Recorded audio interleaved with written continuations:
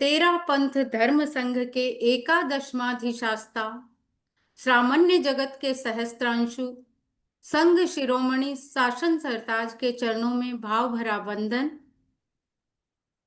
आज की zoom meeting में समुपस्थित आदरणीय समणी श्री मलय प्रज्ञा जी व समणी श्री नीति प्रज्ञा जी के चरणों में वंदामि नमन सामी। जूम मीटिंग में समुपस्थित सभी स्वाध्याय प्रेमी बंधुओं और बहनों, आज हमारे स्वाध्याय का ये 9वां सत्र है और पंचम वर्ग का अध्ययन हम कर रहे हैं। लगभग आधा ग्रंथ हमने श्रमणी जी के मुखारबिंद से सुना है। आपने उसकी जो व्याख्या की है उससे इस ग्रंथ को समझा है। तो अब हम आगे बढ़ते हैं। मैं करबद्ध निवेदन करती हूँ आदरणीय समणी श्री मलय प्रज्ञा जी से कि नमस्कार महामंत्र के साथ ग्रंथ का स्वाध्याय प्रारंभ कराएं।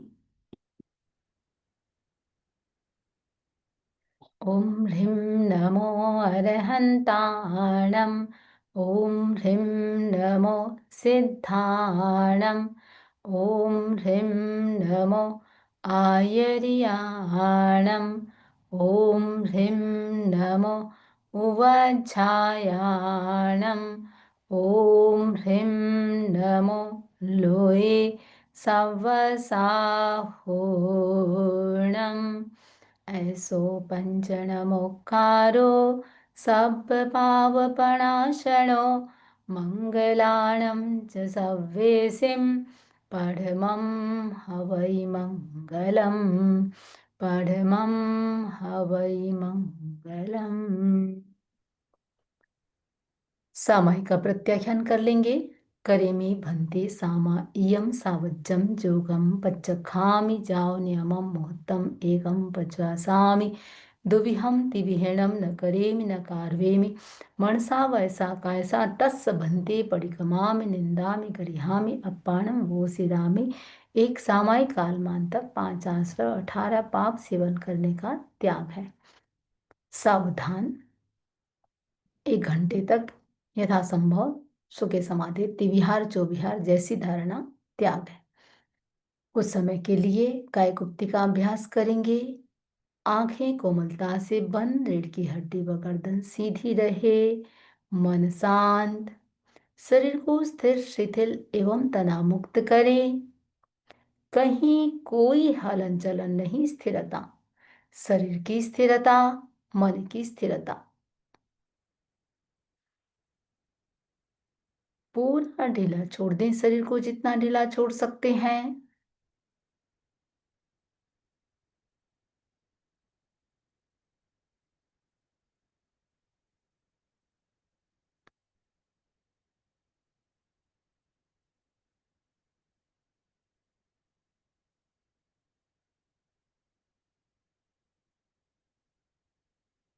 मानसिक संकल्प, मैं जिस ग्रंथ का स्वाध्याय करने जा रहा हूं उससे मेरे अनंत कर्मों की निर्जरा हो रही है।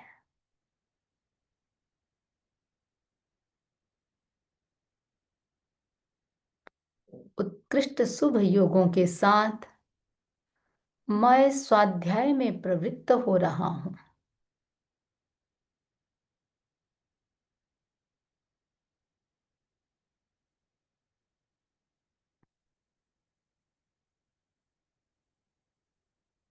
मन, वचन, काया व भाव के साथ 3 योग और भाव की उत्कृष्टता के साथ मैं स्वाध्याय कर रही हूं।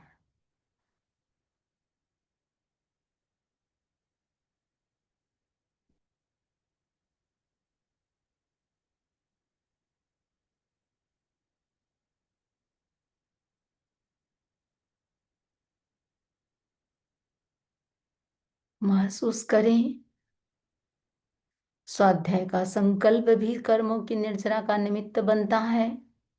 गहरा संकल्प कर चुके हैं, अनंत कर्मों को जलते हुए देखें। अनंत कर्मों को आत्मा से झड़ते हुए देखें।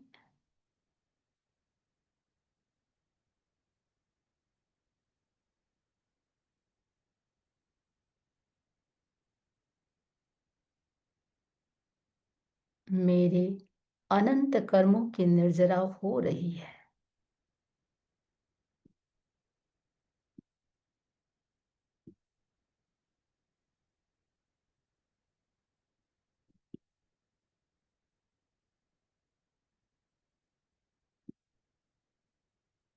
गहरा संकल्प, गहरी एकाग्रता, गहरी तन्मयता,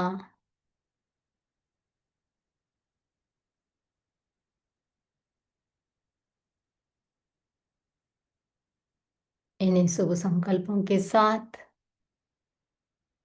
प्रयोग संपन्न करेंगे।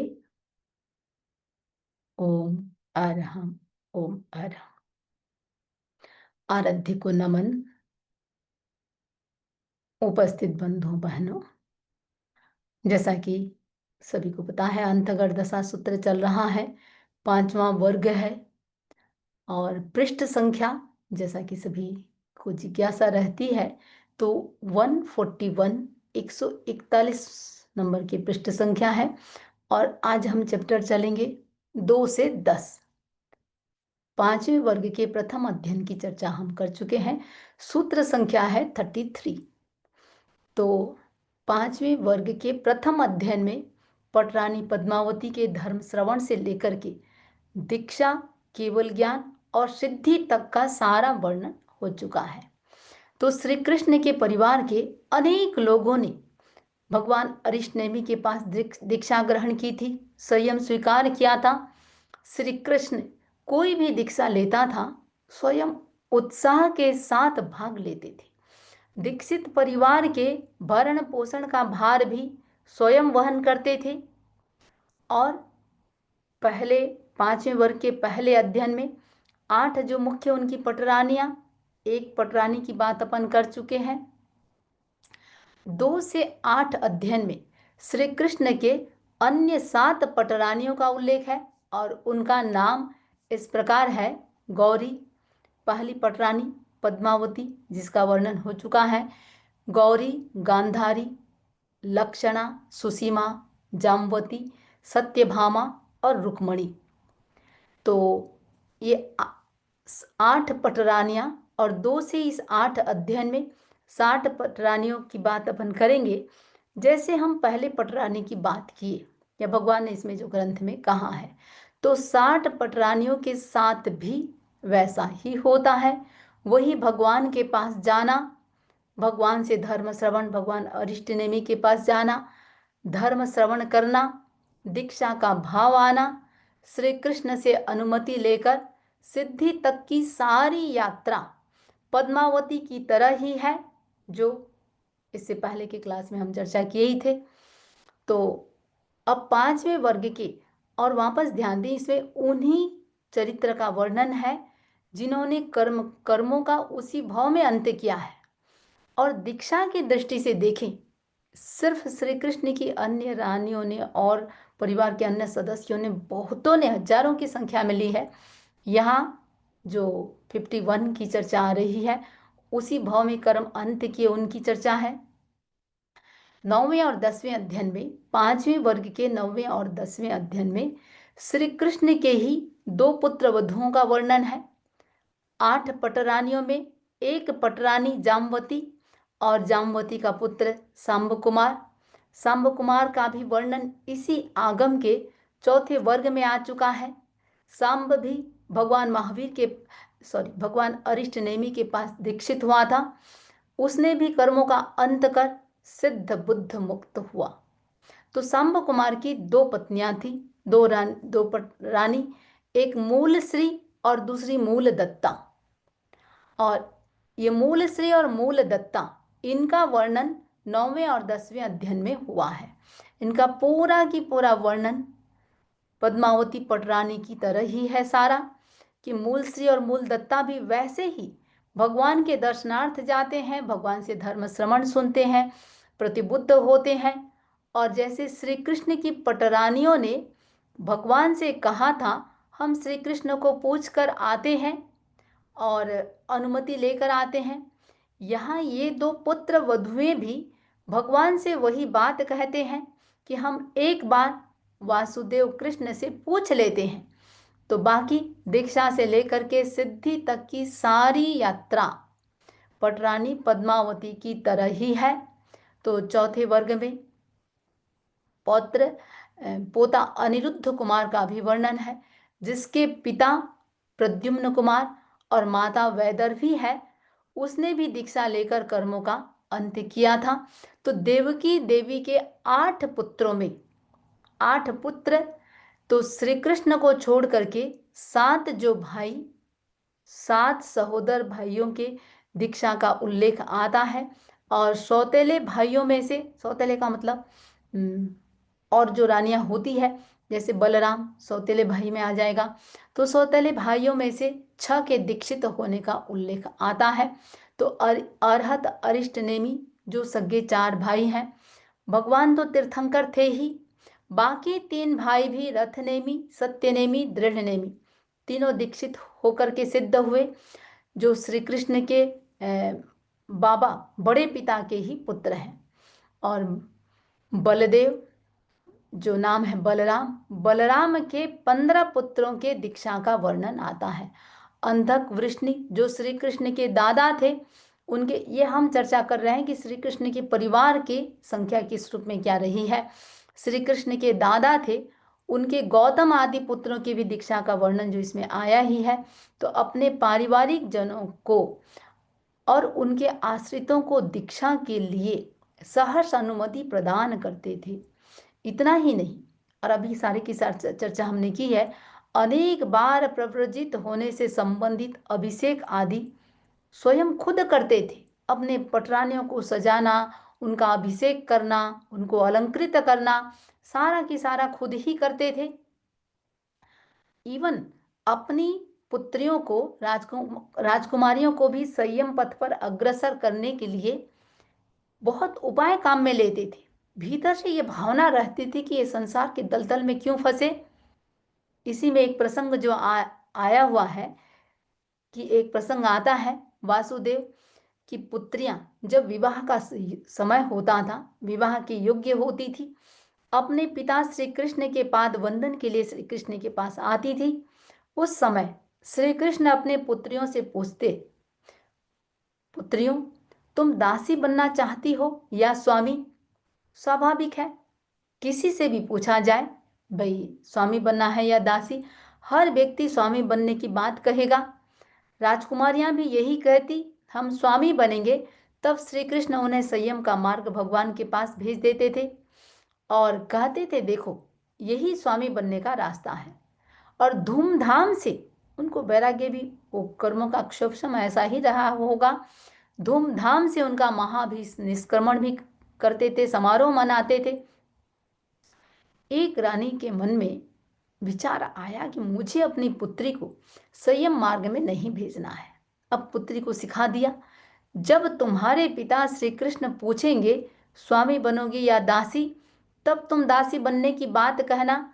जब वो पिता के चरण वंदन के लिए आती है, और श्री कृष्ण जैसा कि सभी को पूछते थे स्वामी बनोगे या दासी, उससे भी पूछा, और दासी बनने की जब बात कहती है, श्री कृष्ण समझ जाते हैं ये माँ का सिखाया हुआ पाठ दोहरा रही है।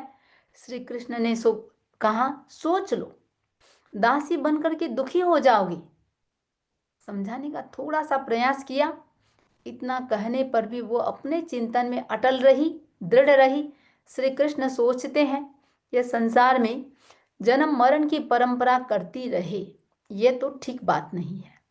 ऐसा कुछ करूं जिससे दूसरे और संतानों के मन में इसके जो भाव आया है, या इसको जो पाठ सिखाया गया है, इस प्रकार का भाव चिंतन न आए। कुछ तो उपाय करना पड़ेगा।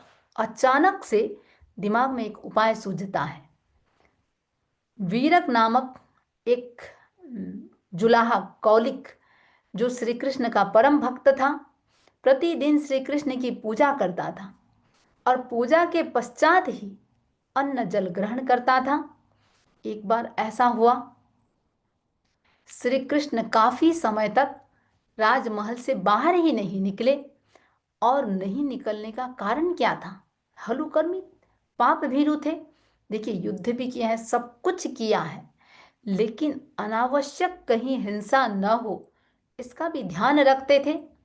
तो बारिश के समय बाहर बहुत जीव जिनावर होते थे, तो हिंसा से बचने के लिए बहुत लंबे समय तक बाहर नहीं निकले। और वर्षा काल बीतने पर जब बाहर निकले, जो वीरक, जो जुलाहा कौलिक, वो वासुदेव श्री कृष्ण के चरणों में गिर पड़ा। श्री कृष्ण को आश्चर्य हुआ, वीरक इतने दुर्बल कैसे हो गए। द्वारपालों ने सारी बात बताई कि आपके पूजा अर्चना के बिना ये मुंह में पानी नहीं लेता है, अन्न नहीं लेता है। श्री कृष्ण को आश्चर्य हुआ और बहुत अनुकंपा करुणा का भाव भी उसके प्रति आया। उसे बिना रोक टोक, जब कोई राजा किसी पर प्रसन्न हो जाता है, बहुत सारे उसको बख्शिश भी दे देते हैं, तो उसने भी, श्री कृष्ण ने भी उसको बख्शिश दिया। बिना रोक टोक महल में तुमको आने की आज्ञा प्रदान की जाती है, कहीं भी तुम आ सकते हो, जा सकते हो। एक दिन के बाद श्री कृष्ण 16,000 राजाओं के समक्ष बैठे थे और कहते हैं, देखो ये वीरक है, और ये वीरक, ऐसे तो वो जुलाहा है, और श्री कृष्ण उन 16 राजाओं के समक्ष कहते हैं, वास्तविक क्षत्रिय है ये वीरक। इसके इतने वीर, इसने इतने सारे वीरतापूर्ण कार्य किए हैं, मैंने सुना है काफी कार्य किए हैं, तो मैं आज चाहता हूं अपनी पुत्री का विवाह इसके साथ करूं, ये मेरी, मैं सोच रहा हूं। तो वीरक ने एक बार तो इनकार कर दिया, किंतु श्री कृष्ण की चढ़ी हुई भ्रिकुटी को देख करके एकदम से सहमसा गया और शादी के लिए तैयार हो गया। शादी तो हो गई। अब राजकुमारी दिन भर सैया पर बैठी रहती थी, वीरक उसकी सेवा करता था, घर का सारा काम करता था। एक दिन की बात, श्री कृष्ण ने वीरक से पूछ लिया, भाई पत्नी का क्या हालचाल है, आज्ञा का पालन करती है या नहीं करती है। वीरक ने एकदम विनम्रता के साथ हाथ जोड़ करके कहा, हे नाथ, मैं उसका दास हूं, वह आपकी पुत्री है, त्रिलोकीनाथ की पुत्री है। श्री कृष्ण ने कहा, वीरक तुम भूल रहे हो, भूल कर रहे हो, वह तुम्हारी पत्नी है, और काम नहीं करवाओगे तो ठीक नहीं होगा। घर जाकर वीरक उसे ऑर्डर करने लगा, ये करो, भोजन बनाओ, पानी गर्म करो, चाय बनाओ। राजकुमारी एकदम गुस्से में आकर बोलती है कि आप किसको काम का आदेश दे रहे हैं, अपना आप देखो, आप कौन हो। बीरक ने कहा, नहीं करती हो तो देखो, डंडा पड़ेगा, और उसने डंडे का प्रयोग भी कर लिया। अब राजकुमारी श्री कृष्ण के पास जाकर के शिकायत करती है, आज कौलिक ने मुझे पीटा है। श्री कृष्ण ने कहा, मैंने तो तुम्हें पूछा था दासी बनोगे या स्वामी, तुमने दासी बनने की बात क्यों कही, अब मैं कुछ नहीं कर सकता। राजकुमारी ने कहा, अब मैं स्वामी बनना चाहती हूँ, मैं दासी बन करके नहीं रह सकती। श्री कृष्ण ने कहा, वीरक यदि तुम्हें आज्ञा प्रदान करे, अनुमति प्रदान करे, तो तुम प्रव्रजित हो सकते हो। और वीरक ने आज्ञा दी। भगवान के पास जा करके वो राजकुमारी भी दीक्षित हो गई। तो ऐसा कुछ कुछ उपाय करते थे जिससे कि सारे के भीतर वैराग्य आ सके। तो श्री कृष्ण को भगवान से जब पता चला, सूरा, अग्नि और द्वैपायन ऋषि, तीन चीज, मदिरा, अग्नि और द्वैपायन ऋषि द्वारिका दहन में निमित्त बनेंगे। उस समय द्वैपायन ऋषि भी को जब ये बात की जानकारी हुई, तो वहां से वो सीधा चला गया कि बेटा कि मैं निमित्त ना बनूं। मदिरा का नामो निशान भी नहीं रहा था। एक कहावत है, जैसा कि पहले अपन चर्चा कर चुके हैं, कि वो सारे को फिकवा दिया था, लेकिन होनी को कोई टाल नहीं सकता। एक बार की बात, प्रचंड गर्मी का समय था। अब श्री कृष्ण के पुत्र सांब कुमार, उसका कोई एक सेवक किसी काम से वो कादम्बरी गुफा के पास जो एक था कुंड सा, उसमें सारा मदिरा डलवा दिए थे। और वो सेवक उस कादम्बरी गुफा के पास से निकल रहा था, भयंकर प्यास लगी थी। अब वो इधर उधर देखा, कुछ दिख नहीं रहा है।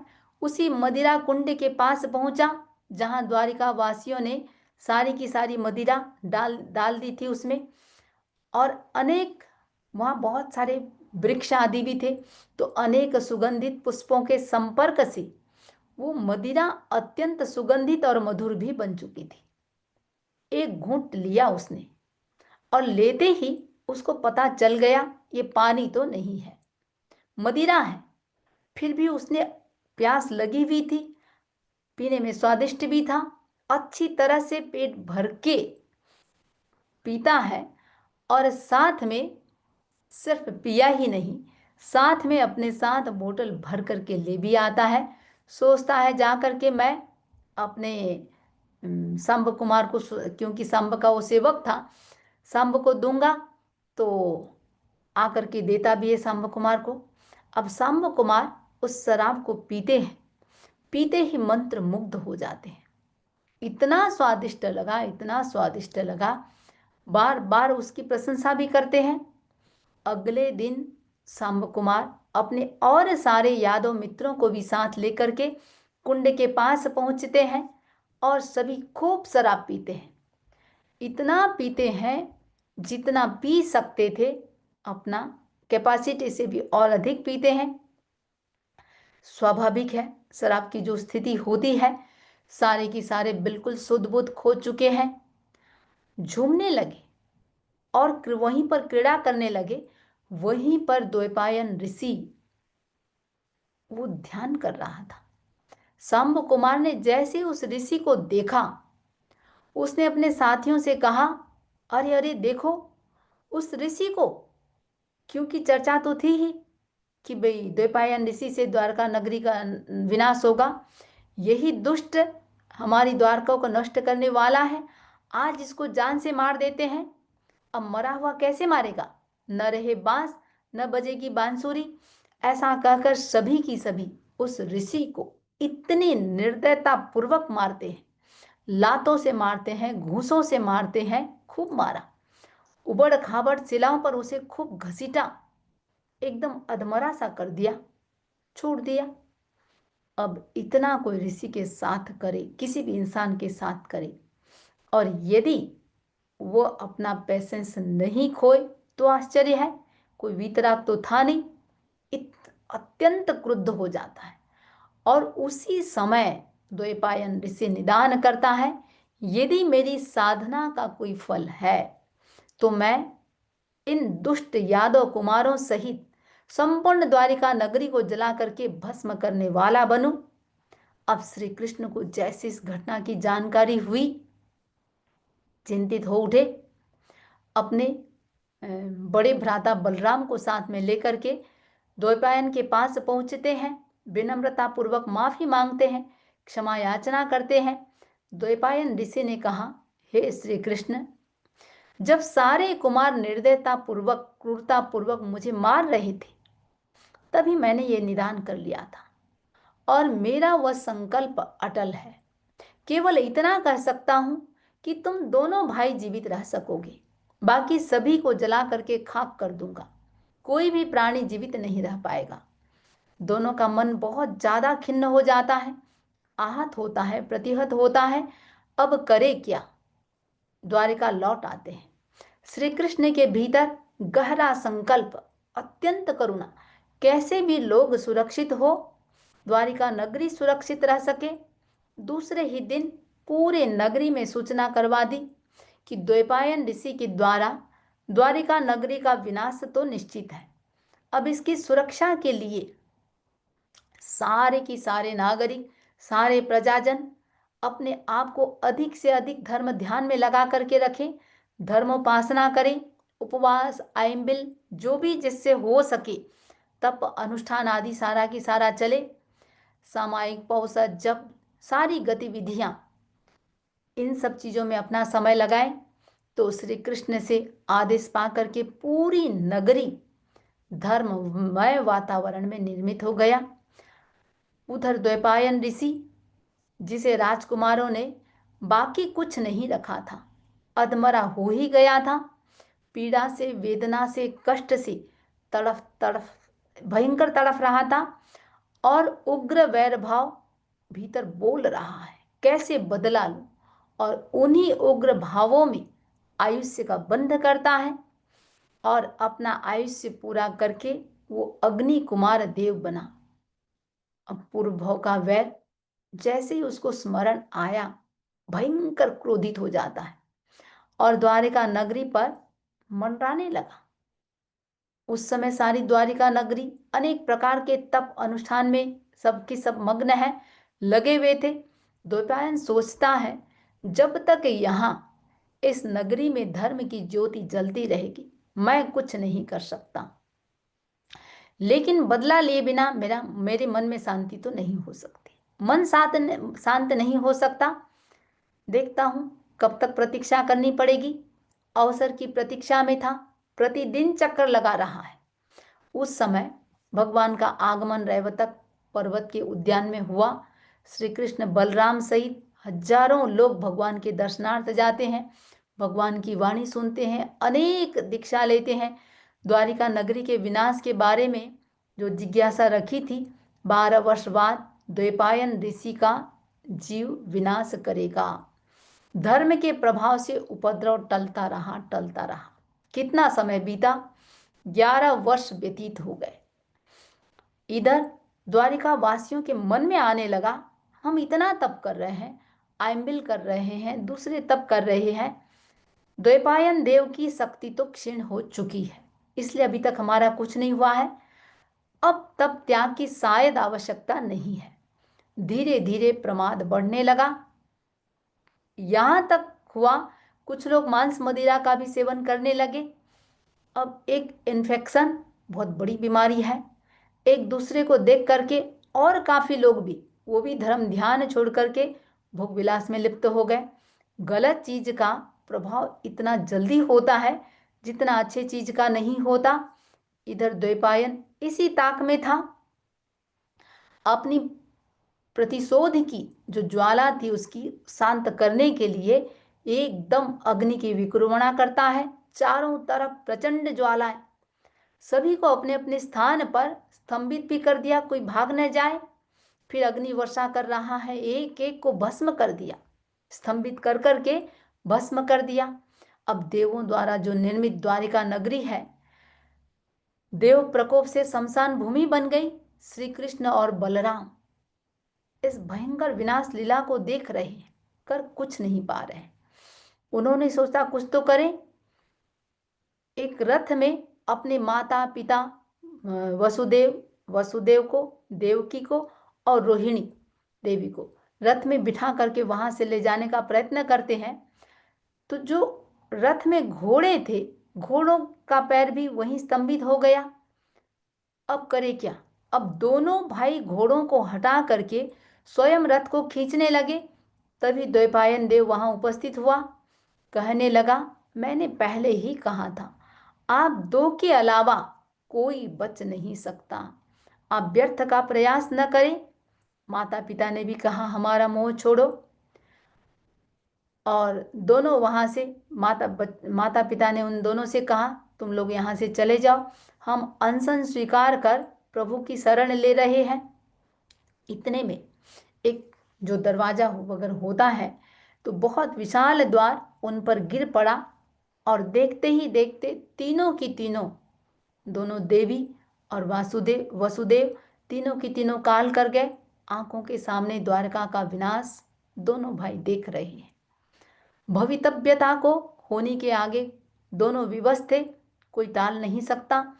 तो कृष्ण ने बलराम से पूछा, अब हम किधर जाएं? समय खराब है। जितने भी राजे महाराजे हैं सभी की सभी शत्रुता का भाव रखेंगे। बलदेव ने कहा, देखो इस समय आत्मी भाव रखने वाले केवल पांडव ही हैं और हमें सीधा उन्हीं के पास पांडु मथुरा चलना चाहिए।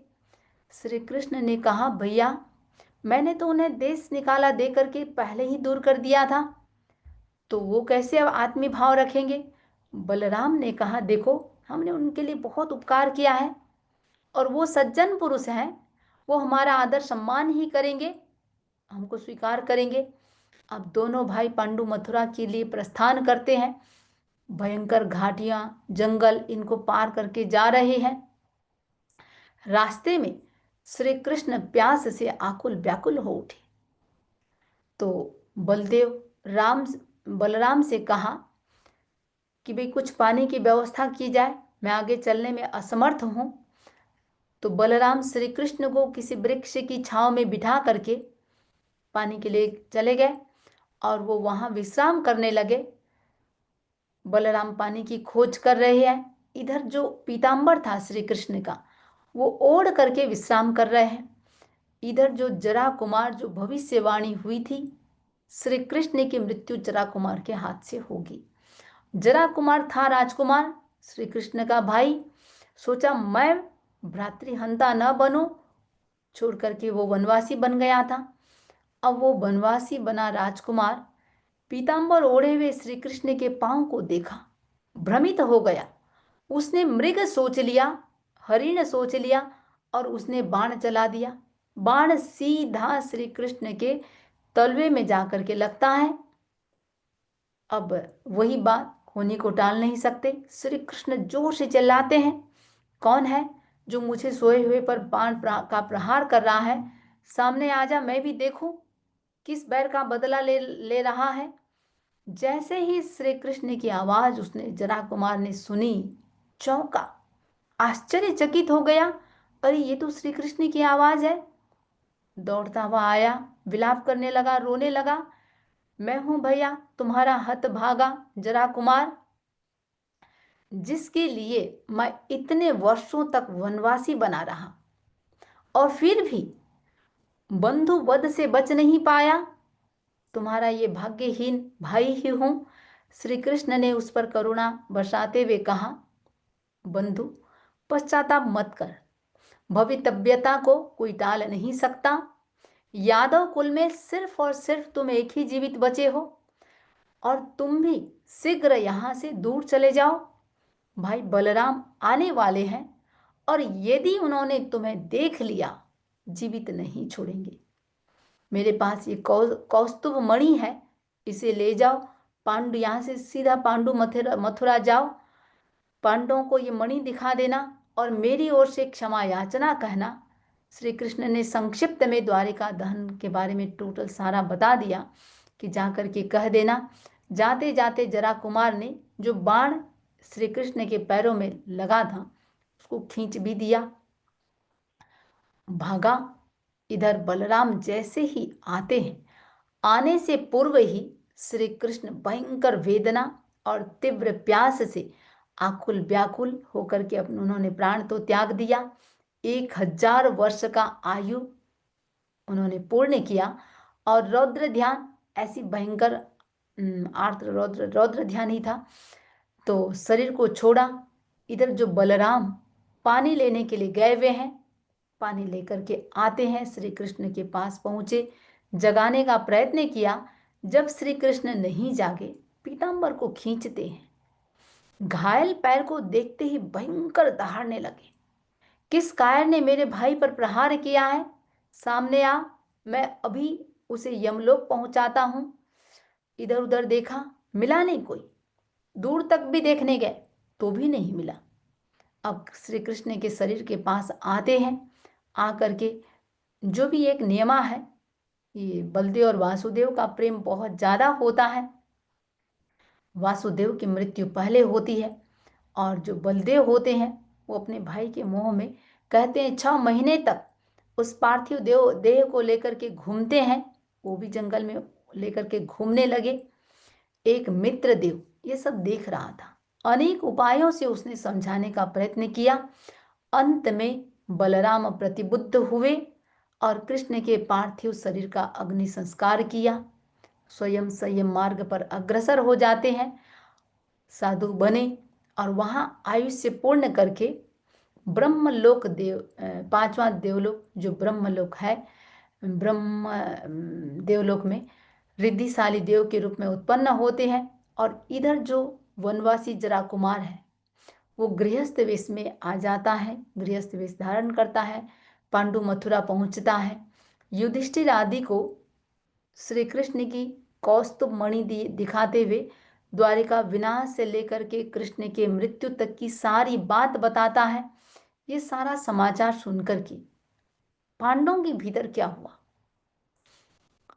पांचों पांडव और द्रौपदी को वैराग्य हो जाता है, तो जरा कुमार को पांडु मथुरा का राजा बना करके धर्मघोष आचार्य के पास जाकर के छौ की छौ दीक्षित हो जाते हैं। और दीक्षित होते ही अभिग्रह किया, वहां से वो भगवान अरिष्ट नेमि के दर्शनार्थ निकल पड़े। विहार कर रहे हैं, संकल्प किया जब तक भगवान अरिष्ट नेमि के दर्शन नहीं होंगे तब तक हम पारणा नहीं करेंगे। मास खमन का तप था और वो विहार भी कर रहे हैं। और विहार करते करते भगवान के निर्वाण की बात सुनी। अब देखिए, निर्वाण की बात सुनते ही, क्योंकि संकल्प है जब तक भगवान के दर्शन नहीं करेंगे, पारणा नहीं करेंगे, सारे की सारे यावत जीवन अनशन स्वीकार कर लेते हैं।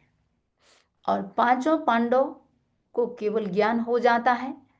द्रौपदी जो पांचवें देवलोक में 10 सागरोपम स्थिति वाला द्रुपद देव बनता है और वहां से च्यवन कर महावीर क्षेत्र में सिद्ध बुद्ध मुक्त होकर के वो अपने कर्मों को अंत करेगा।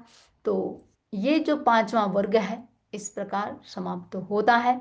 जैसा कि हमने पहले भी चर्चा की है, 1 से 5 वर्ग तक के अध्ययनों में भगवान अरिष्ट नेमि के शासनकाल के 51 भव्यात्माओं का वर्णन हुआ है।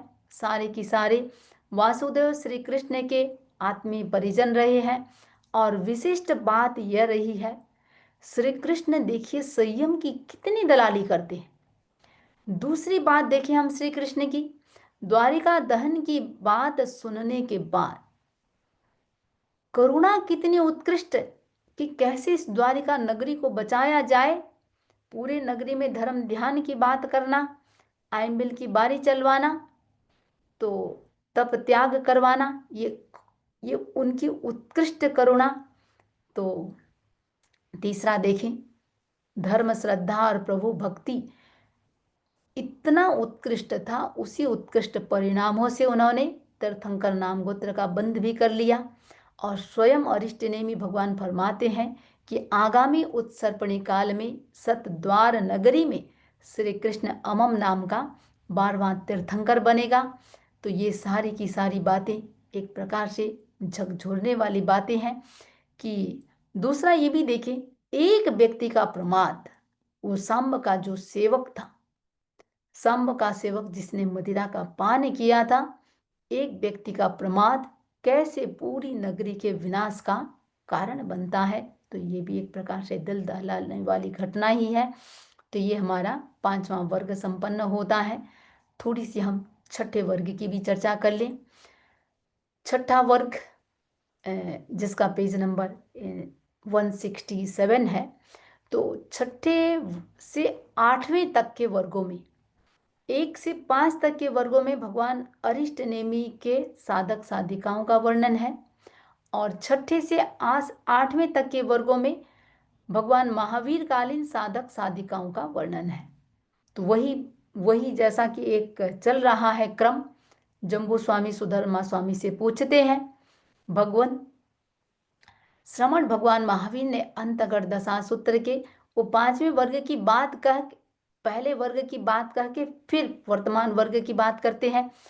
तो श्रमण भगवान महावीर ने अंतगढ़ दशा सूत्र के 5वें वर्ग का इस प्रकार अर्थ कहा। अब छठे वर्ग का क्या अर्थ कर रहे हैं।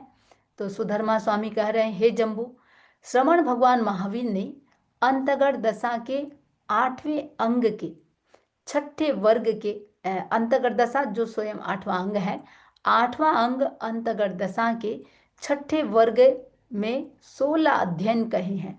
16 अध्ययन जो इस प्रकार है, मकाई, किंकर्मा, मुद्गर पाणी, काश्यप, क्षेमक, धृतिधर, कैलाश, हरिचंदन, वारत्र, सुदर्शन, पूर्णभद्र, सुमन भद्र, सुप्रतिष्ठित, मेघ, अतिमुक्त और अलक्त, इस प्रकार 16 अध्ययन इस प्रकार चरित्र का वर्णन किया है। अब जम्बू स्वामी पूछ रहे हैं, छठे वर्ग के प्रथम अध्ययन में भगवान ने क्या कहा? सुधर्मा स्वामी कह रहे, हे जम्बू, उस काल उस समय में राजगृह नामक नगर है, अब नगरी बदल गई। अब तक अपन द्वारिका नगरी की बात कर रहे थे। राजगृह नाम की नगरी, राजा का नाम है श्रेणिक, और उस नगर में गुणशील नामक चैत्य है। तो राजगृह नगर में मकाई नाम का गृहपति रहता है। गृहपति, गाथापति, जो पहले भी अपन बात कर चुके हैं, जो बहुत वैभव संपन्न होते थे, मान सम्मान की दृष्टि से, धन धान्य की दृष्टि से बहुत रिद्धिमान जो पुरुष होते थे, तो ये सारा की सारा संपन्न ऐसे मकाई नाम का गृहपति। और उस काल उस समय में श्रमण भगवान महावीर गुणशीलक चैत्य में पधारते हैं। संयम और तप से स्वयं को भावित करके विहार कर रहे हैं। इसी बीच जब गुणशीलक चैत्य में पदार्पण होता है, सारी जनता भगवान के दर्शनार्थ जा रही है। जैसे ही मकाई गाथापति गृहपति जनता को जाते हुए देखा, तो वो भी जाता है और भगवान का प्रवचन सुनता है। प्रवचन सुन करके वैराग्य उत्पन्न होता है। उसने अपने ज्येष्ठ पुत्र को सारा परिवार का, कुटुंब का मुखिया स्थापित करता है।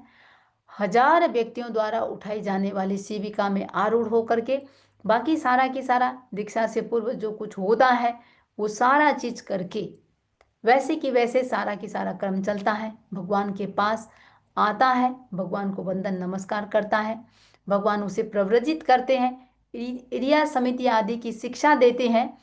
मकाई अब मुनि बन गया और भगवान के पास तथारूप जो स्थविर आदि थे, उन स्थविरों के पास सामायिक आदि 11 अंगों का अध्ययन करता है। अब तथारूप स्थविर पहले भी अपन चर्चा कर चुके हैं।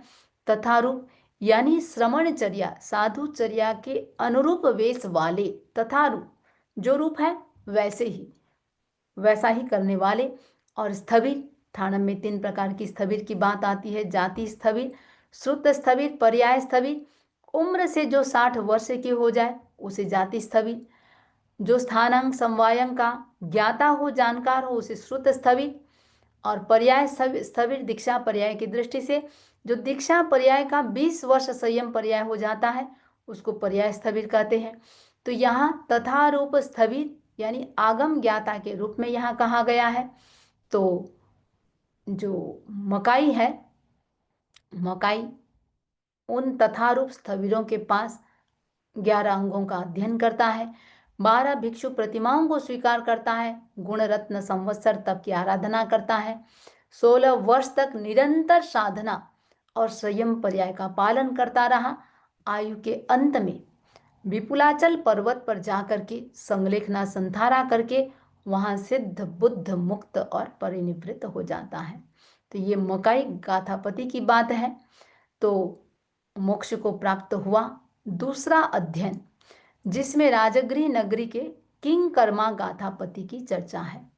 तो राजगृह नगरी का किंग कर्मा गाथापति इसी प्रकार भगवान के पास जाता है, दीक्षा लेता है, 11 अंगों का स्वाध्याय करता है, 16 वर्ष का श्रामण्य पर्याय पालता है, 12 भिक्षु प्रतिमाओं को धारण करता है, गुण रत्न संवत्सर तप करके अंतिम में संलेखना संधारा करके विपुल पर्वत पर जाकर के सिद्ध बुद्ध मुक्त हो जाता है।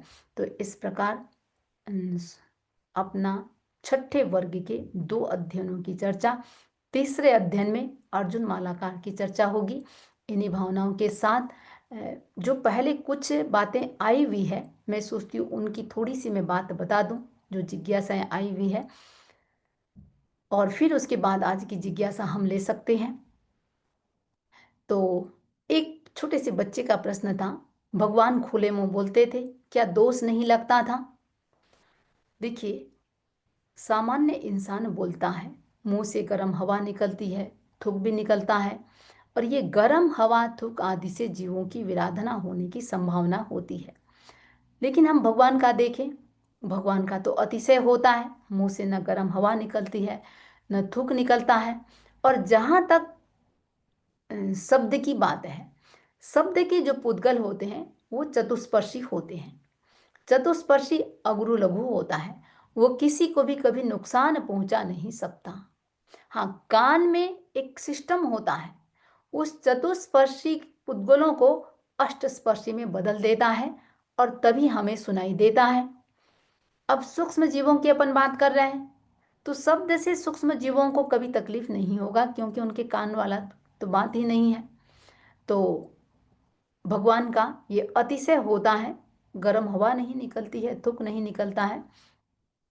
भिक्षु की 12 प्रतिमाओं की भी कई बार पूछा गया कि भाई आज भी कोई करता है क्या। यहाँ पर हम देखें, देखिए लुप्त वाली बात तो नहीं है। हाँ, वैसा संघनन जैसा पहले करते थे, जो संघनन होता था, वैसा न तो आज संघनन रहा है, न वैसी समता रही है। अब दूसरी बात, जैसे छोटा सा एक उदाहरण से समझेंगे। जैसे कोई उपवास करता है, तो उपवास करते हैं, कोई तिविहार भी करते हैं, कोई चौबिहार भी करते हैं, लेकिन उपवास का मूल क्रम क्या है? चौबिहार ही होता था। स्वयं भगवान ने कभी भी, उपवास की तो बात ही नहीं आती है भगवान की, बेले बेले से कम उन्होंने कम किया ही नहीं, और कोई भी तप उन्होंने तिविहार का नहीं किया, चौबिहार ही करते थे। क्योंकि पानी भी एक प्रकार का आहार है, तो पानी लेकर के करते हैं, तो यूं देखा जाए तो ये एक प्रकार के ओनोदरी तप के अंतर्गत आ जाता है, फिर भी हम उपवास कहते हैं। तो इसका मतलब क्या हुआ कि बाद में ये छूट दे दी गई कि हाँ भी चलो, ये ना सही तो ये करें। तो जैसे छूट दे दी गई और त्योहार तब को हम तब के अंतर्गत मानते हैं, तो वैसे ही यदि आज के स्थिति में, समय में इनकेस कोई कर भी रहा है तो छूट के साथ करता होगा। वैसे करने की, सुनने में 12 भिक्षु प्रतिमाओं को करने की सुनने में इतनी बात कोई आई नहीं है, और अपने धर्म संघ में तो नहीं है। और एक जैसे प्रश्न था, अष्टांग वंदना में 8 अंग, 2 घुटना, 2 पैर, 2 हाथ, छाती, बुद्धि, सिर, वाणी और दृष्टि। देखिए, तो एक प्रश्न था कि ये बुद्धि को 8 अंग में किस रूप में माना गया और कैसे इसको झुकाया जाता है। बुद्धि का एक नाम आता है अहंकार। अहंकार को भी झुकाओ तभी वंदना होगी। तो बुद्धि अहंकार का मूल कारण बनता है। तो सांख्य दर्शन में बुद्धि का एक नाम भी अहंकार ही है। तो इस हिसाब से बुद्धि को झुकाओ यानी अहंकार को झुकाओ। तो ये 8 अंग, 4 प्रकार के उपसर्गों में कृत उपसर्ग की बात थी कि ऐसा कोई उदाहरण कई होते हैं। देखिए, जैसे बाल तप आदि करते हैं, अंगारों पर चलना, ये स्वयं द्वारा कृत उपसर्ग है। पंचाग्नि तप तपना, वो पार्श्वनाथ के कमठ वाली बात आती है कि पंचाग्नि तप तप रहे थे, चारों तरफ से लकड़ी, तो उस समय और भयंकर गर्मी की स्थिति में इस प्रकार के तप करना।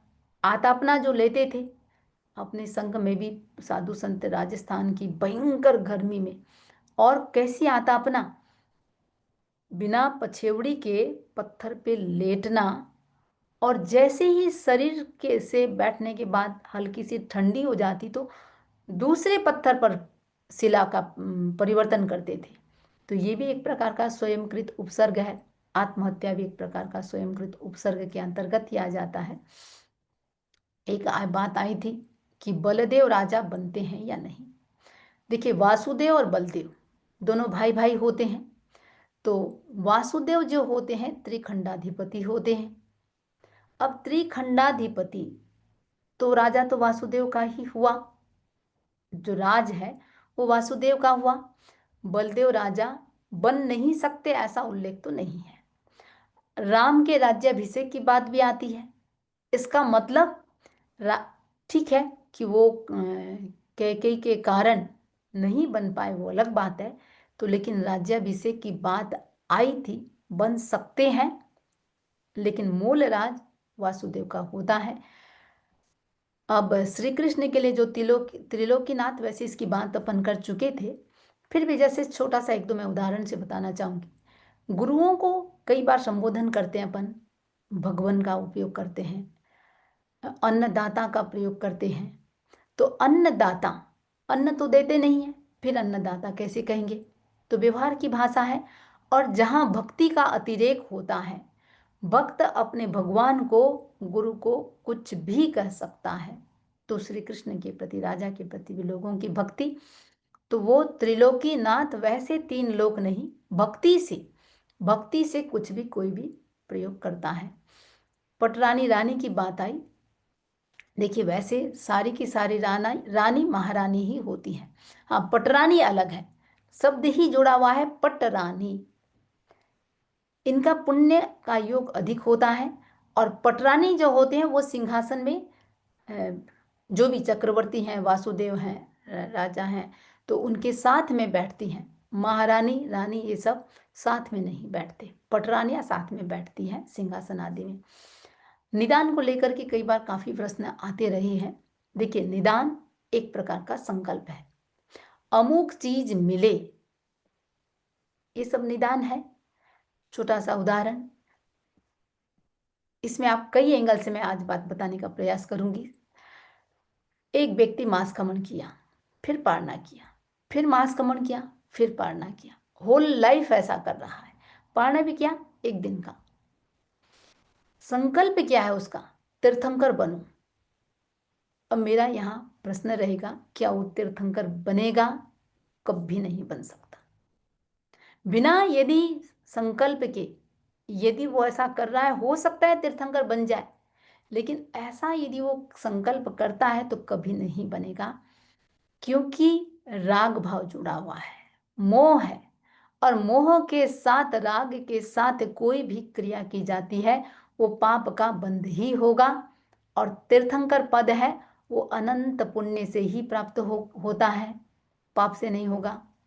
तो राग के साथ कुछ भी कर रहे हैं वो पाप का बंधन ही हो रहा है, पुण्य नहीं। तो तो निदान क्या है? जिसे हमारे पास पुण्य रूपी करेंसी है तो ही कुछ मिलेगा। कोई भी वस्तु खरीदनी है तो करेंसी चाहिए, तो राग रूपी करेंसी से कुछ भी मिलने वाला नहीं है। और पूर्व करेंसी थी, इसके लिए मिल गया, वो अलग बात है। वर्तमान में यदि ऐसा कुछ कर रहा है तो वो नहीं मिलने वाला है। हाँ, 28 करूंगा ये मिल जाए, वो पता नहीं मिलेगा या नहीं मिलेगा। वो 8 की जो निर्जरा है वो तो जीरो में चली ही गई, तो हो सकता है मिल भी जाए, नहीं भी मिले।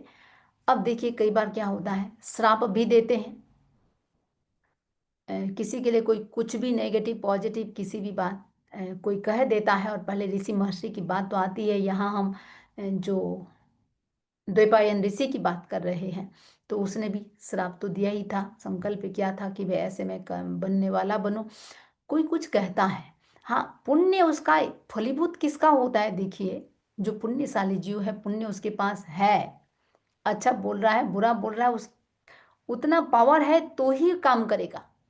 और तप त्याग निर्जरा के लिए राग भाव आ रहा है तो वहां भी पाप का ही बंधन होगा। तो निदान करना भी एक प्रकार का पाप ही है। निदान हर कोई कर सकता है, पास में करेंसी होनी चाहिए।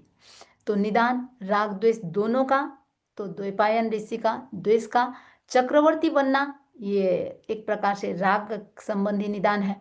तो निदान की उत्पत्ति भी मोहनी कर्म के कारण ही होती है। मोहनी कर्म राग रूप भी होता है, द्वेष रूप भी होता है। द्वेष से शत्रु के नाश की कामना की जा सकती है, क्षत्र के नाश की कामना की जा सकती है। और राग के प्रभाव से व्यक्ति देवलोक संबंधी सुख की अभिलाषा करता है, काम भोगों की अभिलाषा करता है, मनुष्य संबंधी अभिलाषा करता है। ये भी होता है। देखिए, कोई साधु बनने का भी निदान कर सकता है, श्रावक बनने का भी निदान कर सकता है। श्रावक बनने का निदान यदि कोई किया, वो श्रावक बन भी जाएगा, साधु नहीं बन पाएगा। और साधु बनने का किसी ने निदान किया है, कितना भी वो तप कर ले, साधना कर ले, और इतना तप साधना की हो सकता है कि उसी भाव में मोक्ष जा सकता है, इतना तप साधना किया तो भी वो मोक्ष नहीं जा सकता है, क्योंकि निदान कृत वो पाया है। तो अब मूल बात यदि देखें, निदान के लिए तपस्वी होना अनिवार्य है, चाहे वो बाल तप ही क्यों ना हो। और तप के फल स्वरूप ही उसे वो शक्ति हो जाती है कि जिससे उसकी अभिलाषा पूर्ण होती है, प्राप्त कर सके। तो ब्रह्मदत्त चक्रवर्ती की जो बात अपन करते हैं, ब्रह्मदत्त चक्रवर्ती पूर्व भाव में संभूत मुनि के रूप में था, उग्र तप किया था। और चक्रवर्ती के भोगों का निदान किया था। अब निदान कृत वो पदवी थी, तो चित्त जो उसका भाई, पूर्व जन्म का भाई था, उसने इतना समझाया, इतना समझाया, समझ भी रहे हैं लेकिन छोड़ नहीं पा रहे हैं, क्योंकि निदान कृत पदवी थी और मर करके वहां से 7वीं नरक में जाते हैं। तो मनुष्य संबंधी भोगों का निदान करने वाला मर करके वो भी नरक ही जाएगा। तो द्रौपदी, अब यहाँ हम एक चीज देखें, द्रौपदी ने भी निदान किया था। अब यहाँ तो अपन बात की कि वो दीक्षित भी होती है, मर करके देवलोक जाती है। उसको किसी देव ने आकर के सचेत कर दिया था कि भाई तुम प्रायश्चित कर लो। तो उस वर मंडप में ही उसने इस निदान का प्रायश्चित भी किया था और इसलिए वो देवलोक में जाती है।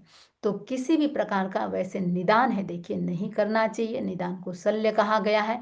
हाँ, ये कभी कभी ऐसा होता है कि भाई कोई इच्छा किए, कोई प्रोजेक्ट बनाया, कुछ चीज किया, वो चीज भी मिल गया, वो सारा निदान के अंतर्गत नहीं होता है। योजना बनाते हैं, श्रम भी करते हैं, पा भी लेते हैं, ये सारा निदान नहीं है। अ, तो कोई भी किसी प्रकार के वो एकदम तपस्वी होना, पुण्य का योग होना, इसका बहुत जरूरी होता है, तभी वो निदान, मतलब पुण्य, प्रबल पुण्य हो और पूर्वकृत हो और उसको यदि बेचता है तो वो निदान के अंतर्गत आता है। इन्हीं भावनाओं के साथ ओम अरहम। सामयिक एक बार परवाह भी देती हूँ। 9वें सामयिक व्रत में जो कोई अतिचार दोष लगा हो, मैं उसकी आलोचना करती हूँ। मन की सावध प्रवृत्ति की हो, वचन की सावध प्रवृत्ति की हो, काय की सावध प्रवृत्ति की हो, सामयिक के नियमों का पूरा पालन न किया हो, अवधि से पहले सामयिक को पूरा किया हो, इनसे लगे मेरे दोष मिथ्या हो, निष्फल हो। ओम आरा। हाँ मंगला जी। वंदामी नमन स्वामी। हम्म। मैं सभी से ये कहना चाह रही हूँ कि पिछले लगभग 50 मिनट से हम आदरणीय समणी जी के मुखारबिंद से प्रवाहित होने वाले श्रुत निर्झर में अपने आप को अभिस्नात कर रहे थे। हमारी अनेक पूर्व जिज्ञासाओं का समाधान समणी जी ने बहुत ही सहजता से किया। आशा है आप सभी को अपने अपने सवालों का जवाब मिल गया होगा। और अब हम आज के जिज्ञासा समाधान के क्रम की ओर बढ़ते हैं। जिन्होंने हैंड रेज किया है, मैं एक एक कर उनको अनम्यूट कर रही हूँ। आप अपनी जिज्ञासा रखें। आप अपने आप को अनम्यूट अनम्यूट कर लीजिए विजय जी।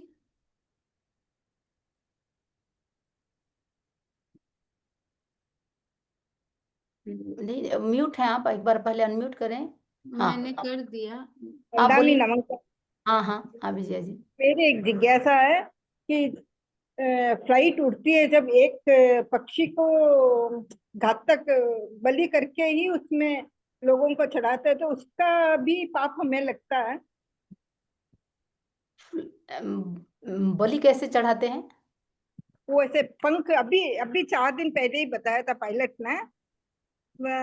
अभी एक क्रैश हुआ ना फ्लाइट, उसका हाँ, उसी के हिसाब से बताया था कि एक जिसमें फ्लाइट चलाते वक्त एक मुर्गा या मुर्गी को उसमें वो करके फिर लोगों को बैठाते हैं या फिर उड़ती है वो फ्लाइट, तो उसका दोष हमें लगेगा।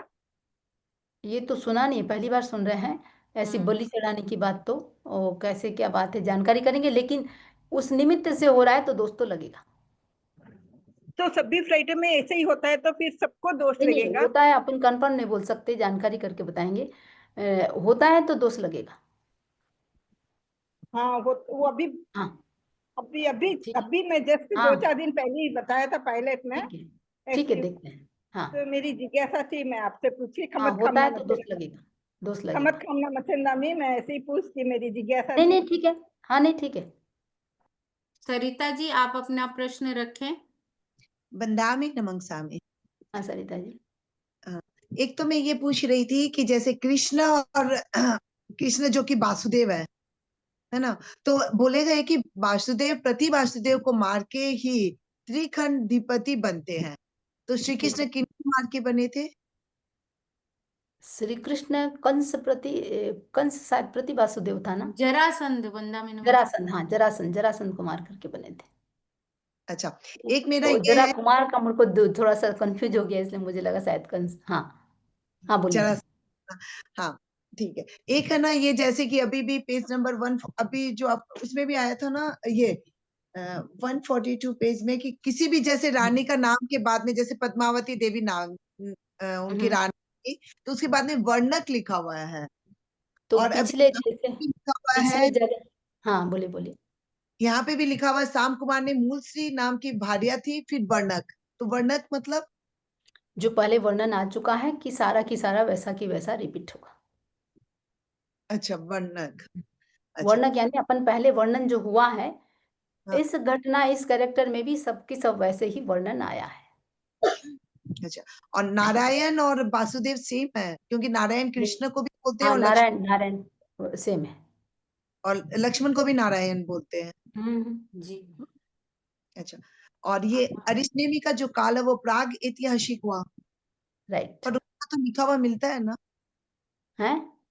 अरिष्टेमी के बारे में अपने को सब पता है, तो फिर प्राग हाँ हाँ, ऐतिहासिक, फिर वो तो वो ऐतिहासिक होना चाहिए, प्राग ऐतिहासिक क्यों हुआ? अपने बोलते तो हैं, लेकिन ऐसे ही उसके पीछे कई कारण होते हैं। किस किस एंगल से बोलते हैं वो आपको कन्फर्म बता देंगे। ठीक है, कृतज्ञ। पंचकुला से जेके जैन जी, आप अपना प्रश्न रखिए। वंदामी नमः स्वामी। हाँ हाँ जी जी। मैं हमें मोक्ष की कामना नहीं करनी चाहिए क्या? कामना नहीं करनी चाहिए, निर्जरा करते रहो। के लिए फिर हैं वंदा मोक्ष की मतलब ऐसे कामना तो ऐसे देखो, भावना तो व्यक्ति को मोक्ष का ही रखना चाहिए। तो भावना कामना नहीं होगी क्या? तो एक ही बात है, ऐसे कोई दिक्कत नहीं है मोक्ष की भावना तो। मैं एका भवतारी बनूं, मुझे एका भवतारी बनना है, कामना की जा सकती है। अच्छा, दूसरा ये जो द्वापन ऋषि मर के अग्नि कुमार देव बने, ये भवनपति हाँ वाले देव हैं क्या? हाँ, अग्नि कुमार देव वही, अग्नि कुमार उपयोग से वही है। और भवनपति है वंदा। है ना, हाँ वही वही देव बने। अच्छा, एक ही है जो द्वारका नगरी देवकृत नगरी थी, इससे क्या मतलब हुआ? वो देवता प्रसन्न होकर के वो श्री कृष्ण के लिए द्वारका नगरी की रचना करते हैं। अब कोई ऐसा है इस वो टाइम कोई वो ऐसी मूल में नगरी हो? नहीं था, मूल में नहीं था, वो देवता द्वारा कृत किया गया था। वही मेरा मतलब, ऐसा हो जाता है। हाँ अब है कोई ऐसा है। वर्तमान में, कोई ऐसा है? नहीं नहीं, वर्तमान में ऐसा नहीं है। ओ महाराज। हाँ आगे बढ़ते हैं। अनु जी बुरा, आप अपना प्रश्न रख हाँ सकते हैं। हाँ, बंदा भी नमोसामी निदान के हाँ। बारे में बंदा भी बहुत अच्छा से समझ आ गया।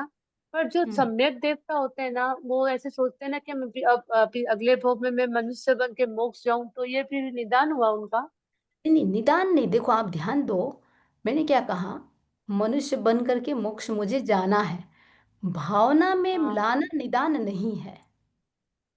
ओके। ठीक है, बेचना निदान है, ये चीज का फल मिले तो मुझे ये मिले। अच्छा। हाँ समझ। मंजू जी छाजेल, आप अपनी वन जिज्ञासा रखिए। हाँ, वंदामी नमम सामी। हाँ मंजू जी। वंदामी, वीरक ने तो साधारण भाषा में बोला था कि उसने ऐसे पत्थर से गिरगिट को मारा, ये सब। फिर कृष्ण जी ने उनका व्याख्यान इस तरह किया जैसे वो बहुत वीरतापूर्ण कार्य हो, तो उन्होंने वीरक को क्षत्रिय भी बोला। इसके पीछे कोई उद्देश्य था? इसके पीछे उद्देश्य ये था कि एक सामान्य व्यक्ति को ऐसे कैसे कोई एक बोल रहा है, सुमंगला जी ध्यान दो। जो अपना प्रश्न पूछ चुके हैं वो अपने आप को पुनः म्यूट कर लें। एक कोई बोल रहा है तो उसका ठीक है। तो मंजू जी बात ये है, देखिए वीरक की जो बात है ना, वीरक सिर्फ भक्ति उस उत्कृष्ट थी श्री कृष्ण के प्रति, हाँ। उतना ही है। हम्म। एक नॉर्मल इंसान को यदि राजकुमारी देते हैं तो लोग कैसे एक्सेप्ट करेंगे, इसके लिए उन्होंने सबके बीच, और उनको शादी नहीं करना था, उनको उसे प्रतिबुद्ध कराना था।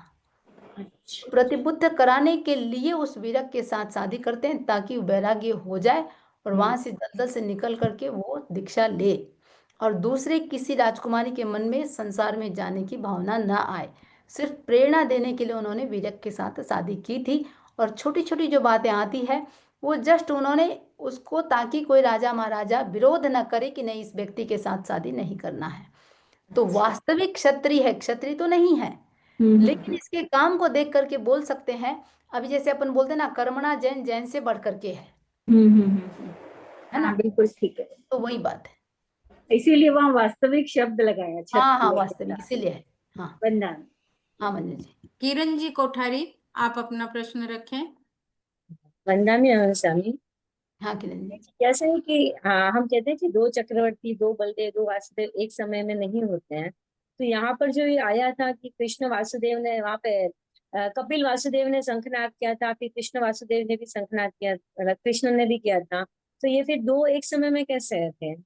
हाँ, जम्बू द्वीप में दो नहीं हो सकते हैं, धात की एक जगह दो नहीं हो सकते, ये जगह दो है, वो धात की खंड है, ये जम्बू द्वीप है। वंदा में फिर भी ये अक्षरे में ही गिना गया है मेरे हिसाब से, हैं अच्छा, फिर भी ये अक्षरा गिना गया है। अक्षरा इसलिए गिना गया है कि वो शंख की ध्वनि से भी मिलाप हुआ है। हाँ, हाँ मिला। दो दो नहीं हुए हैं, मिलाप शंख की ध्वनि से भी जो मिलाप हुआ है ना, वो अक्षरा है।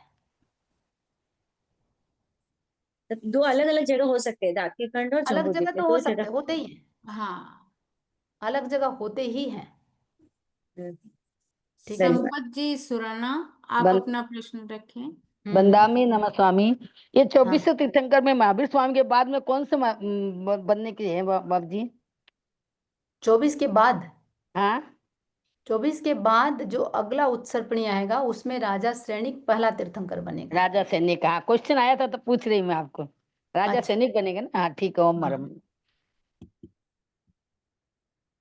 सुनीता जी कोठारी, वापस आए आपने। जयंती जी भी हैं जयंत शायद। जी, आप अपने आप को अनम्यूट कर लीजिए। हाँ बोलिए। वंदामि नमः स्वामी। अभी हाँ जो जयंती। अभी जो एक बात हुई थी, तो उसमें जो हम लोग बोलते हैं वो चतुर्स्पर्शी होती है, और जो कानों में पहुंचती है वो अष्टस्पर्शी हो जाती है। हाँ ये हाँ मैकेनिज्म इतनी फास्ट हो जाती है क्या? मतलब हाँ बोलते हैं और अष्टस्पर्शी हो जाना। हाँ, वो अंदर कान में सिस्टम होता है, वो मशीन अपने आप उसको अष्टस्पर्शी बना देता है। विदिग्योस में। ठीक है। हाँ जयंती जी। पुष्पा जी पिंचा, पुष्पलता जी पिंचा, आप अपना वंदना नमः स्वामी। हाँ वंदना पुष्पलता जी। अभी जो संख संवाद शब्द समाचार्य का जो प्रश्न था वो मेरे मन में भी था। तो हाँ ना अरहत मुनि शुभ्रत, मतलब मुनि शुभ्रत अरहत, वो तीर्थंकर ही हो गए ना मुनि शुभ्रत? ना हाँ मुनि बिल्कुल शुभ्रत बिल्कुल। ही हुए वो? नहीं नहीं नहीं, अपने 20वें तीर्थंकर वाले नहीं, वो उधर वहां धात की खंड के तीर्थंकर है। अच्छा अच्छा, ठीक है, हाँ वही। हाँ हाँ पुष्पलता जी। सुनीता सुनीता जी। जी नाहर, आपने अपने आप को अनम्यूट किया नहीं है, आप अनम्यूट हो सकते हैं। हो गया हो गया। मथेन वंदामी। हाँ हाँ सुनीता जी। पूर्व में क्या क्षत्रिय ही जिन धर्म का पालन करते थे? जैसे अभी वर्तमान में हम वणिक लोग करते हैं, उस तरह सिर्फ उन्हीं का था, नहीं, या सभी जो कर सकते क्षत्रिय है वो बाद में जैन बन गए? नहीं, जिन धर्म का पालन तो अपन के जो ये आता है हरिकेशी चांडाल की भी बात आती है, कोई भी कर हाँ, सकता है कोई जिन भी धर्म कर का सकता पालन। तो जो रेखा, पालन करता है उसको जैन कह दिया जाता है, वो क्षत्रिय नहीं होते तब? नहीं होने से भी जैन कहते हैं उनको, जिन धर्म का पालन करने वाला सभी जैन है। रेखा जी जैन, आप अपनी जिज्ञासा रखें। वंदामी नमन स्वामी, साता हरे पूछती हूँ। हाँ वंदामी, मेरी जिज्ञासा है, आपने अभी कहा कि हमारे कान में ऐसे वो रहता है ईयर ड्रम्स की अष्टस्पर्शी पुद्गल बन जाते हैं।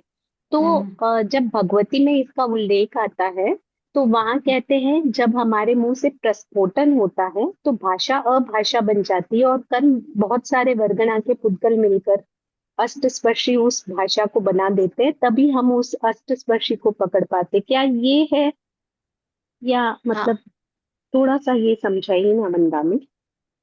ठीक है। और ये भी है, ये भी भगवती सूत्र में आया, ये तो होगा ही। तो मुझे मतलब ये भी सही है, मैं भगवती सूत्र को एक बार वापस पढ़ भी लेंगे, ठीक है। सुवर्णा जी, हाँ, वंदामी सुवर्णा नमस्ते। जी। हाँ, वंदामी नमस्ते बागी। ना जी, मेरा एक क्वेश्चन ये था कि जब बोले चाली में जब कोई बहुत तपस्या वगैरह करता है ना, तो उसको ऐसा बोलते हैं कि तू तो सीधा मोक्ष जाने वाली है, तो ऐसे बोलने से क्या कर्म बंद होते हैं? नहीं, अपन अनुमोदना कर रहे हैं, व्यंग में बोलेंगे तो कर्म बंद होगा। हाँ, नहीं ऐसा बोलते हैं कि सीधा तू सूती तो सीधा मोक्ष जाने वाली है, ऐसे बोलते तो नहीं होगा। तो वही कह रही हूँ मैं, दो हाँ। प्रकार की भाषा होती है। एक तो हम्म। हम बिल्कुल प्रमोद भावना भा के बोल रहे हैं कि भाई इतना कर्म कर रहा है, इतना शुभ श्रम कर रहा है, ठीक है, ये तो मोक्ष ही जाएगा। एक व्यंग में बोलते हैं कि भाई तो मोक्ष ही जाएगा। तो व्यंग में यदि बोल रहे हैं तो कर्म बंद होगा। हाँ, और एक क्वेश्चन ये था कि आपने जो भी तीर्थंकर हुए वो क्षत्रिय कुल में जन्म लाया है उनका, तो क्षत्रिय कुल में जो ज्यादातर तो राजा लोग है, तो उन तीर्थंकर को तो जन्म से ही ज्ञान रहता है ना, तो वो मांस भक्षण करते थे या नहीं करते थे जब दीक्षा के नहीं, पहले? तीर्थंकर नहीं, पहले भी नहीं करते थे कोई भी। लेकिन वो तो राजवंश में ही पैदा होते हैं ना। कितना भी हुए हैं वो सम्यक क्षयिक सम्यक रहे हैं। शिकारी वगैरह तो जो हम इतिहास पढ़ते हैं उसमें तो आया हुआ है ना कि शिकार करते थे बोलते। लेकिन मांस भक्षण तो कोई तीर्थंकर, ऐसे द्रव्य तीर्थंकर भी कभी मांस भक्षण का नहीं करते। और क्षयिक सम्यक प्रथम गुणस्थान तो है नहीं उनका, क्षयिक सम्यक है। तो शिकार करते थे तो उनको ज्ञान था ना कि प्राणी वध करना तो पाप है। शिकार भी तीर्थंकर शिकार की बात तो मैंने तो नहीं सुना है। आया हुआ है इतिहास में, पढ़ाई था तो इसलिए मैं वापस पूछ रही हाँ, तो बुक और पेज बता देना तो मैं एक बार वापस देख बताऊंगी आपको, हूँ। ठीक है।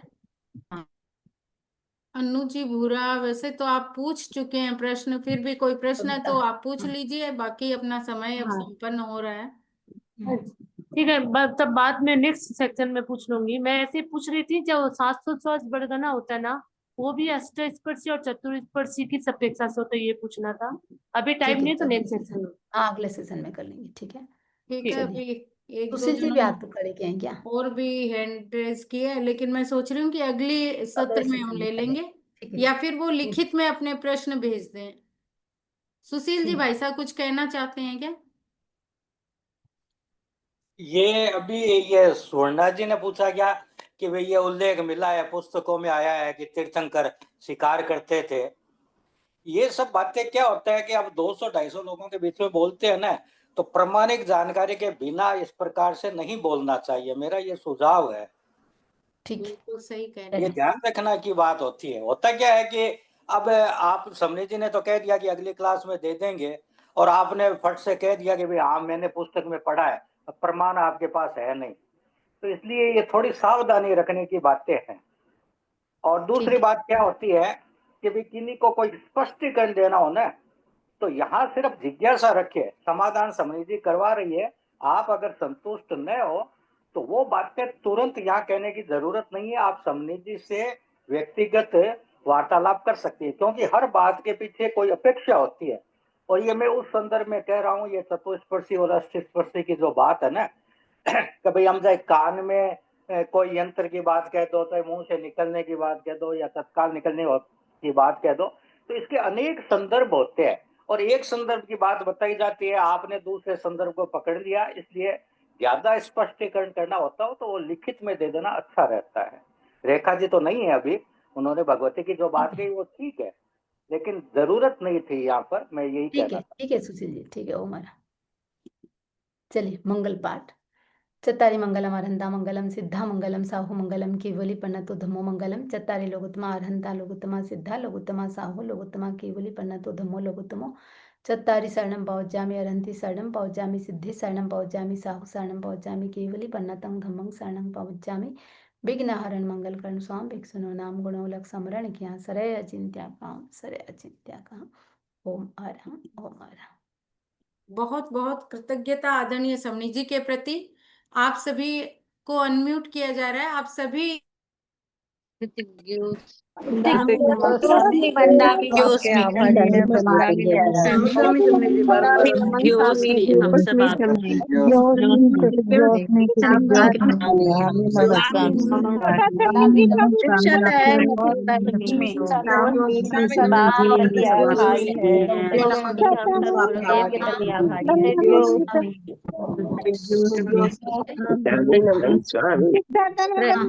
छोटा स्वामी जी को भी बंदामी नमन स्वामी।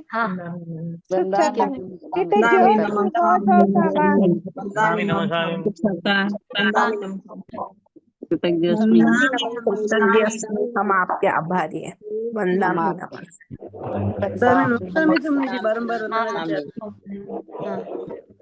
सुखसाता वंदामी। हाँ हाँ वंदामी नमन स्वामी। हाँ वंदामी नमन स्वामी। ठीक है। स्वामी नमः स्वामी। बंदामी नमन स्वामी। हाँ लुधियाना से विनोद सुराना दिल्ली में शिविर में आई थी। अच्छा सुखसाता बंदामी स्वामी बाड़मेर से। अच्छा निर्मला हाँ निर्मला आपके कोलकाता से। हाँ सुंदर ठीक है। चलिए ओमराम मंगला जी ठीक है। बंदामी नमन।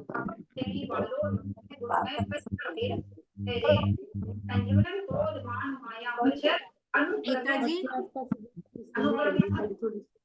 संगीता जी मेरी बात सुन रहे हैं? मीटिंग एंड कर दीजिए। हाँ मैडम।